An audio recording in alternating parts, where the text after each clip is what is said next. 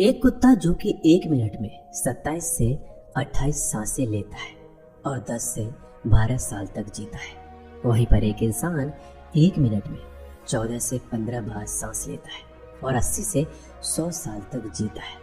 लेकिन एक कछुआ जो कि 1 मिनट में सिर्फ 5 से 6 बार सांसें लेता है और 500 से 600 सालों तक जीता है। इससे स्पष्ट है कि जिस जीव की सांसों की संख्या जितनी कम होती है वह उतनी ही लंबी आयु तक जी सकता है।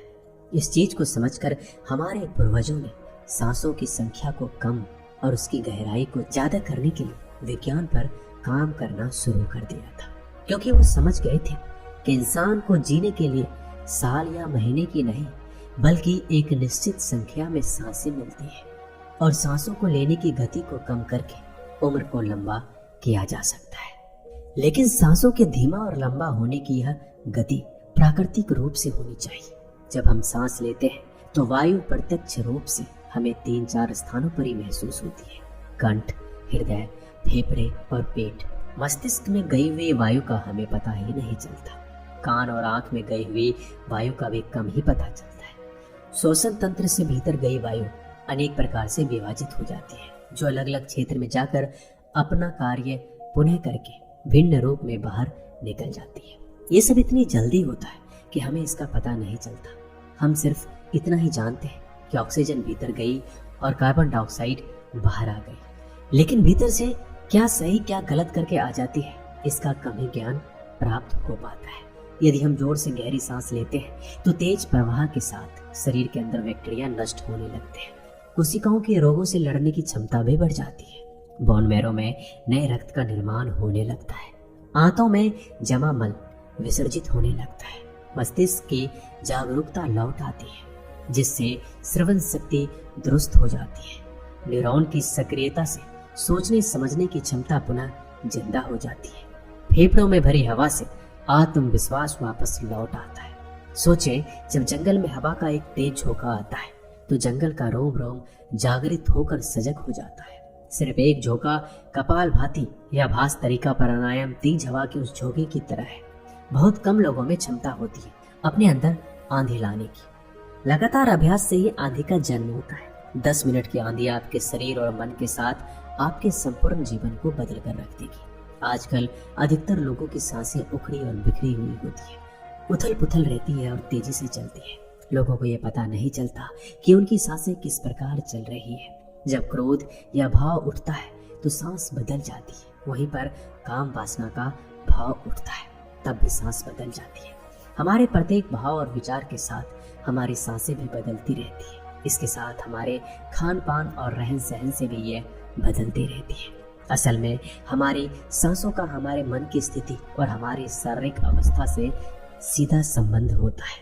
पूरा योग्य विज्ञान ही सांसों को सही तरीके से लेने पर टिका हुआ है, और अगर हम सिर्फ अपनी सांसों को सही तरीके से लेना सीख जाते हैं तो हमारा जीवन जादू की तरह बदल जाएगा।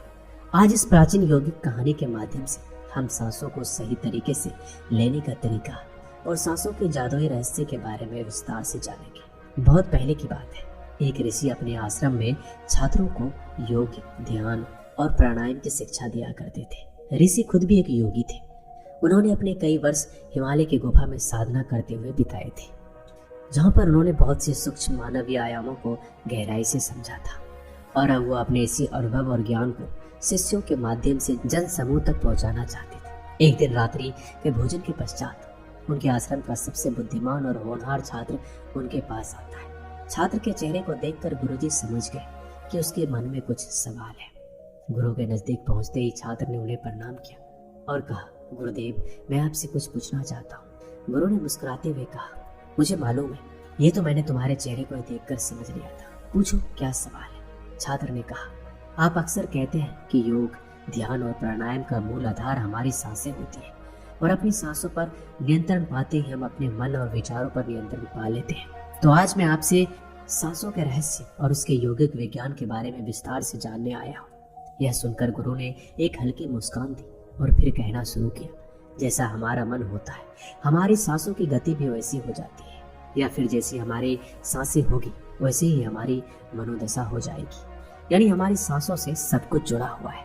जो हमारे भीतर घटता है वही हमारे बाहर घटता है। हर घटना हमारी सांसों से गहरा संबंध रखती है। मतलब कि अपनी सांसों की गति पर नियंत्रण करके अपने मन और विचारों पर नियंत्रण कर सकते हैं। अगर तुम किसी सच्चे योगी या साधक को ध्यान से देखो तो तुम्हें उसके चेहरे पे एक गजब का ठहराव दिखेगा। एक सच्चा योगी बुरी से बुरी परिस्थिति में भी खुद को स्थिर और शांत रख सकता है। एक योगी अपने भावनाओं को नहीं दबाता, बल्कि वो अपनी सांसों पर नियंत्रण हासिल कर सकता है, और सांसों को नियंत्रित करते ही वो अपने मन पर नियंत्रण पा लेता है। और जिस आदमी का मन उसके नियंत्रण में हो, उसके पास उसके सभी समस्याओं का समाधान है। गुरु ने छात्र की तरफ इशारा करते हुए कहा, तुमने कुछ योगियों के बारे में सुना होगा।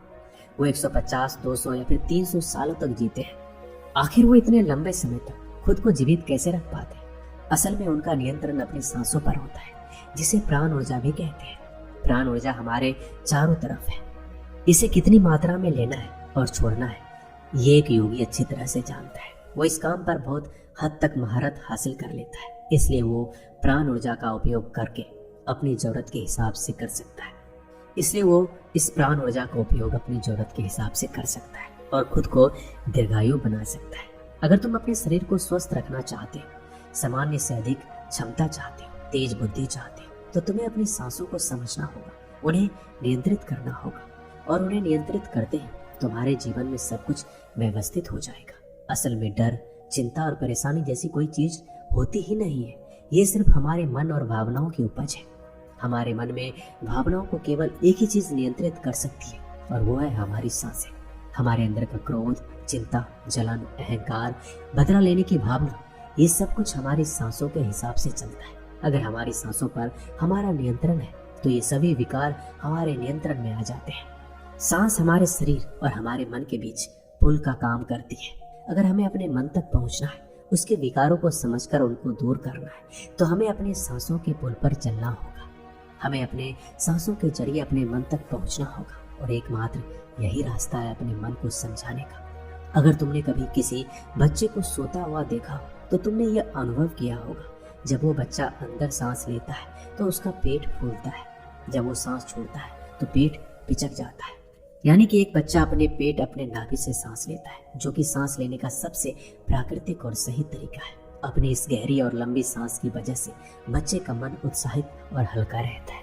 उसका शरीर ज्यादा प्राकृतिक तरीके से काम करता है। तुमने देखा होगा, बच्चे अपने मन में किसी बात को ज्यादा लंबे समय तक नहीं रखते, न ही वो किसी से ज्यादा लंबे समय तक गुस्सा रह सकते हैं। अगर किसी गलती पर डांट या मार दिया जाए तो उसे कुछ समय बाद वो भूल जाते हैं और खेल में मग्न हो जाते हैं। बच्चा इतना सरल इसलिए हो पाता है क्योंकि उनकी सांसें प्राकृतिक रूप से चलती हैं। यानी नाभि से बच्चे के शरीर का विकास चाहिए। विकास के लिए ज्यादा ऊर्जा, और ज्यादा ऊर्जा के लिए ज्यादा लंबी सांसें चाहिए। इसलिए प्रकृति ने उसे ज्यादा लंबी सांसें दी है। हालांकि ये लंबी सांसें हर मनुष्य को दी गई है, लेकिन इंसान ने अपने जीवन में कुछ अप्राकृतिक परिवर्तन कर अपनी सांसों को छोटा कर लिया है। वो पेट की बजाय अपने सीने से सांसों को लेता है। हम जितनी छोटी सांस लेंगे उतनी चिंता और बकवास से भरे होंगे। हमारी सांसें जितनी लंबी और गहरी होगी, हम उतने ही खुश और शांत रहेंगे। गुरु ने आगे कहा कि एक आदमी 1 मिनट में 14 से 15 बार सांसें लेता है। सांस का सीधा संबंध हमारे मन की स्थिति और हमारी शारीरिक कंपनी से है। अगर 1 मिनट में ली जाने वाली सांसों की संख्या 11 से नीचे आ जाए तो हम अपने आसपास होने वाले कई कंपन को समझना शुरू कर देंगे। यानी जानवरों की आवाजें हमारे लिए स्पष्ट हो जाएगी। तुमने सुना होगा कि शेर और बाघ जैसे खूंखार जानवर भी कुछ योगियों के सामने आते ही पालतू बिल्ली की तरह व्यवहार करने लगते हैं। ऐसा इसलिए हो पाता है क्योंकि उन योगियों ने अपनी सांसों की संख्या को कम करके जानवरों की आवाजें और उनकी भावना और कंपनों के साथ एक संवाद स्थापित कर लिया है। अगर 1 मिनट में ली जाने वाली सांसों की संख्या 9 से कम हो जाए तो पेड़ और वनस्पति जो कार्य कर रहे हैं वो समझना हमारे लिए आसान हो जाएगा। अगर हमारी सांसें 1 मिनट में 6 से कम हो जाती है तो बेजान चीजें कैसे काम करती हैं ये समझना हमारे लिए आसान हो जाएगा। बेजान चीजों की कंपन और उनसे जुड़ी दुनिया हमारे लिए स्पष्ट हो जाती है। दूसरे शब्द में कहा जाए तो ब्रह्मांड की प्रकृति समझी जा सकती है, और ऐसी स्थिति पर पहुंचकर बहुत से योगी और ऋषि मुनि ब्रह्मांड के रहस्यों और उनमें घटने वाली घटनाओं की भविष्यवाणी कर देते हैं। हमारा शरीर जितना स्थिर होगा, हम उतना ही कम सांस लेंगे। अगर हम अपने पूरे शरीर को स्थिरता के एक निश्चित स्तर पर ले जाएं, बहुत तेज सांस ना लें, तो हमारा बोध बढ़ता चला जाता है। लेकिन दोस्तों, योग विज्ञान के अनुसार एक साधक अपनी सांसों पर नियंत्रण करके ऐसी बहुत सी चीजें कर सकता है जो साधारण इंसानों के जीवन से परे है। योगिक परंपरा में ये कहा जाता है कि अपनी सांसों को घंटों तक रोककर एक आदमी एक नए मानवीय आयामों का अनुभव कर सकता है। ऐसी बहुत सी बीमारियां जो जानलेवा हो सकती है या जिनका कोई इलाज नहीं है, उन्हें केवल अपने मन और दिमाग पर नियंत्रण कर ठीक किया जा सकता है। अपनी सांसों पर नियंत्रण करके व्यक्ति एक ऐसी मानसिक स्थिति तक पहुंच सकता है जहां जीवन में आने वाले उतार चढ़ाव से परेशान नहीं कर सकेंगे। कुछ लोगों को ये बातें कहानी लग सकती है, क्योंकि आमतौर पर लोग ऐसा नहीं करते। कोई भी चीज जिस पर उन्हें यकीन नहीं होता उसे अंधविश्वास कहकर नकार दिया जाता है, लेकिन पौराणिक योगिक परंपराओं को पालन करने वाले लोग ऐसी बातों का दावा करते हैं। उन्हीं लोगों में से एक है स्वामी रामा। स्वामी रामा हिमालय की गुफा में रहते थे। उन्होंने बचपन से ही योग की प्रणालियों का अभ्यास करना शुरू कर दिया था। 1970 में स्वामी रामा एक अमेरिकन रिसर्च लेबोरेटरी में गए। अपनी सांसों पर नियंत्रण करके उन्होंने अपने दिमाग और मन की वो जब चाहे जितने समय के लिए चाहे अपने सांस, ब्रेन वेव्स, हृदय की धड़कन और शरीर में बहने वाले खून को रोक देते थे। लेबोरेटरी में मौजूद डॉक्टर्स ने स्वामी रामा के शरीर पर रिसर्च की और उन्हें मृत घोषित कर दिया, लेकिन इस अवस्था में भी स्वामी रामा सब कुछ महसूस कर सकते थे। यह देखकर वहां मौजूद रिसर्च की टीम दंग रह गई थी। साथ ही स्वामी रामा अपने शरीर में अपनी मर्जी से ट्यूमर की ग्रोथ को घटा और बढ़ा भी सकते थे। रिसर्च की जिस टीम को हिमालयन योगियों के सारे दावे अंधविश्वास और पाखंड से भरे लगते थे, वो अचानक से इन्हें इनर साइंस प्रतीत होने लगे थे। एक भीतरी विज्ञान जो साधारण मनुष्य की कल्पना से भी परे है। सांसों को ध्यान पूर्वक लेना एक प्राचीन योगिक टेक्निक है।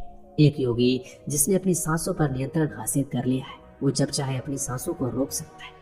स्वामी रामा के अनुसार अगर आप अपनी सांसों को समझ गए तो आपके शरीर में होने वाली वो बीमारियां जिनका इलाज आज मेडिकल साइंस के पास भी नहीं है, सांसों के माध्यम से उन्हें ठीक किया जा सकता है। श्वास के गुप्त रहस्यों को समझने के बाद में स्वामी रामा ने अपने कुछ साथियों के साथ मिलकर एक किताब भी लिखी है जिसका नाम है साइंस ऑफ डेथ। गुरु ने आगे कहा, जब सांसें विचलित होती है तो मन स्थिर हो जाता है, लेकिन जब सांसें शांत होती है तो मन भी स्थिर हो जाता है और योगी दीर्घायु हो जाता है। इसलिए हमें अपने श्वास पर नियंत्रण करना चाहिए।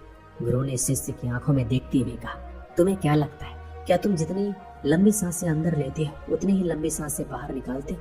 नहीं, समान स्थिति में हम जो सांसें अंदर लेते हैं उसकी लंबाई 10 अंगुल होती है और सांसें बाहर निकालते समय इसकी लंबाई 12 अंगुल हो जाती है। और यहाँ एक अंगुल का मतलब 1 उंगली मोटाई से है। हमारी रोजमर्रा की जिंदगी में कुछ काम ऐसे होते हैं जिन्हें करते समय जितनी लंबी सांसें अंदर जाती है उससे कई गुना लंबी सांसें बाहर जाती है। भोजन करते समय बाहर निकलने वाली सांस की लंबाई 16 से 17 अंगुल होती है।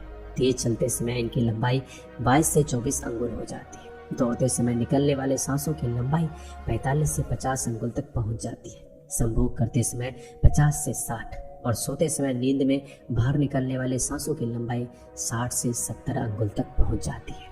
इसलिए हमारे शास्त्रों में काम और क्रोध पर नियंत्रण रखने की बात कही गई है, क्योंकि ये हमारे प्राण शक्ति को छीन कर देती है।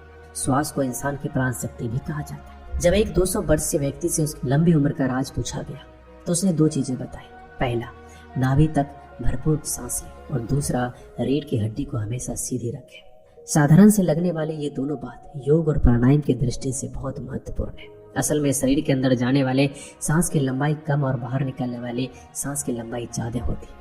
अगर किसी तरीके से बाहर निकलने वाली प्राण वायु की लंबाई को कम कर दिया जाए तो लंबी उम्र को प्राप्त किया जा सकता है। और सौर शास्त्र के अनुसार यदि बाहर निकलने वाली वायु की लंबाई 1 अंगुल कम हो जाए तो व्यक्ति निष्काम हो सकता है, यानी उसके अंदर काम वासना खत्म होने लगती है।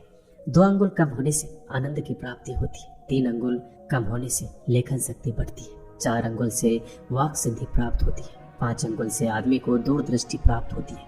6 से 7 अंगुल कम होने से साधक के अंदर अति तीव्र गति से चलने की शक्ति आती है और वो कुछ ही पलों में एक स्थान से दूसरे स्थान पर पहुंच सकता है। 8 अंगुल कम होने से साधक को 8 सिद्धियां प्राप्त हो जाती है। पवन पुत्र हनुमान को 8 सिद्धि नवनीत के दाता इसलिए कहा जाता है क्योंकि उन्होंने 8 सिद्धियों को प्राप्त कर रखा है। ये 8 सिद्धियां हर इंसान में होती है, बस जरूरत है इन्हें जागृत करने की। बाहर निकलने वाली सांसों की लंबाई 12 अंगुल कम होने पर योगी को इच्छा मृत्यु प्राप्त हो जाती है। फिर वो जब चाहे तब तक खुद को जीवित रख सकता है। लेकिन ये सारी सोई हुई शक्तियां केवल तभी जागृत होती है जब मन में इन्हें जागृत करने की तीव्र अभिलाषा हो। और मन का स्थूल रूप श्वास है यानी सांस है। इसलिए सबसे पहले सांसों पर नियंत्रण करना जरूरी है। भगवान शिव पार्वती को बताते हैं कि रात में ईड़ा नाड़ी और दिन में पिंगला नाड़ी को रोकने में जो सफल होता है वही असल में सच्चा योगी होता है। इस वीडियो में आपने बहुत कुछ सीखा होगा। मिलते हैं अगले वीडियो में। धन्यवाद।